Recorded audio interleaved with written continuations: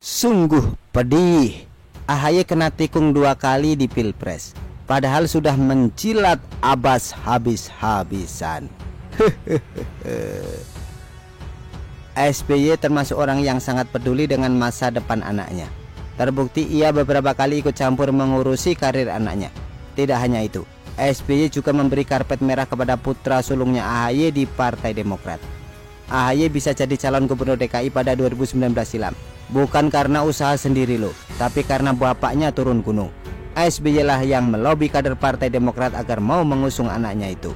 Begitupun dengan P3, PKB dan PAN mau mengusung AHY berkat tangan dingin SBY. Termasuk ketika AHY terpilih jadi ketua umum Partai Demokrat pada 2020 silam. Itu semua berkat lobby-lobby yang dilakukan oleh SBY. Sedangkan AHY, meskipun sekarang dipuja-puji di medsos oleh kader Demokrat dan para buzzernya, nggak ada apa-apanya alias hanya butiran debu kalau bukan karena SBY. Nah, selain mewariskan kekuasaan di Partai Demokrat kepada AHY, SBY juga ingin anak kesayangannya tersebut jadi cawapres. Seperti yang pernah diungkapkan oleh Denny Siregar, bahwa SBY sempat menawarkan putranya tersebut jadi cawapres Presiden Jokowi pada Pilpres 2019 silam, namun ditolak. Sebagai gantinya Presiden Jokowi menawarkan AHY jadi Menpora dan SBY pun setuju. Setelah itu ternyata dia juga datang ke Prabowo menyodorkan AHY sebagai cawapres. Prabowo setuju, tapi dengan syarat harus setor duit dulu, minimal uang muka atau DP. Setelah ditunggu-tunggu, DP dari AHY tidak kunjung disetorkan juga, hingga Sandiaga Uno datang membawa uang. Jadilah Sandiaga yang mendampingi Prabowo bertarung di Pilpres 2019 plus menikung AHY. Lalu Andi Arief menjuluki Prabowo Jenderal Kardus. SBY pun kembali ke Presiden Jokowi, menawarkan anaknya jadi Menpora, namun ditolak. Pasalnya orang nomor 1 di Indonesia tersebut sudah tahu kalau dia juga datang ke lawannya Prabowo. Dari sini dapat kita ketahui bagaimana karakter SBY yang asli. Ingin anaknya berkuasa jadi RI 2, tapi pelit alias gak mau keluar modal plus pragmatis. Padahal kualitas AHY sebagai politisi masih jauh di bawah standar. Ia tidak pernah jadi ketua RT, lurah, camat, bupati, gubernur, anggota DPR dan menteri. Pengalaman di politik yang dia punya juga hanya satu, yakni kalah di Pilgub DKI. Nah, seakan tidak kapok dan tidak tahu diri, SBY kembali membantu anaknya agar jadi cawapres. Namun kali ini di Pilpres 2024 bukan jadi cawapres Prabowo, melainkan cawapres Anies. Ia pun bersama AHY menemui Surya Paloh pada 5 Juni 2022 silam di Nasdem Tower. Dan pada Juli 2023 lalu, Ketua DPP Nasdem Willy Aditya pernah menyebut kalau SBY menitipkan anaknya ke Surya Paloh.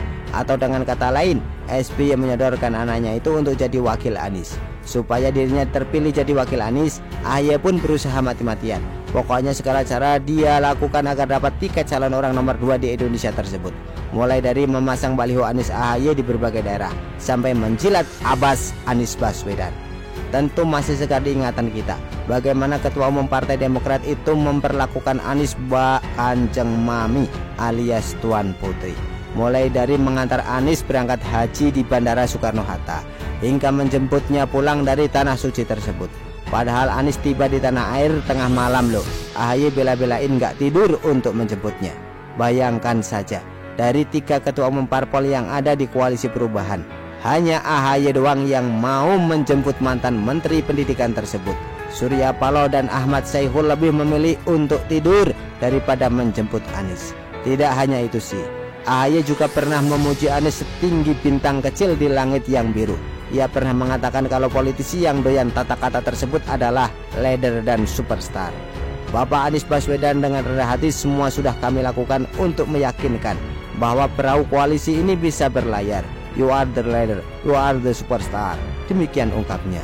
Terakhir, AHY juga pernah mengatakan kalau Anies akan mengamandoi koalisi perubahan dan Demokrat akan memberikan dukungan yang penuh kepadanya dalam memenangkan Pilpres 2024.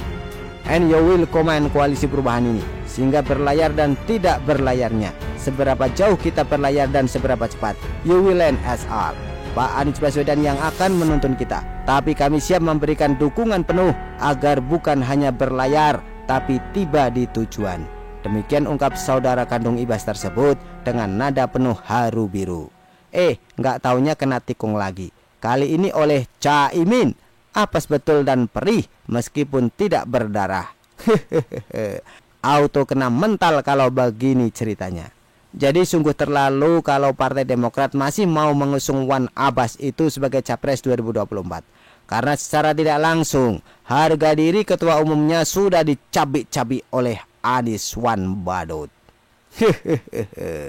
Begitulah kura-kura.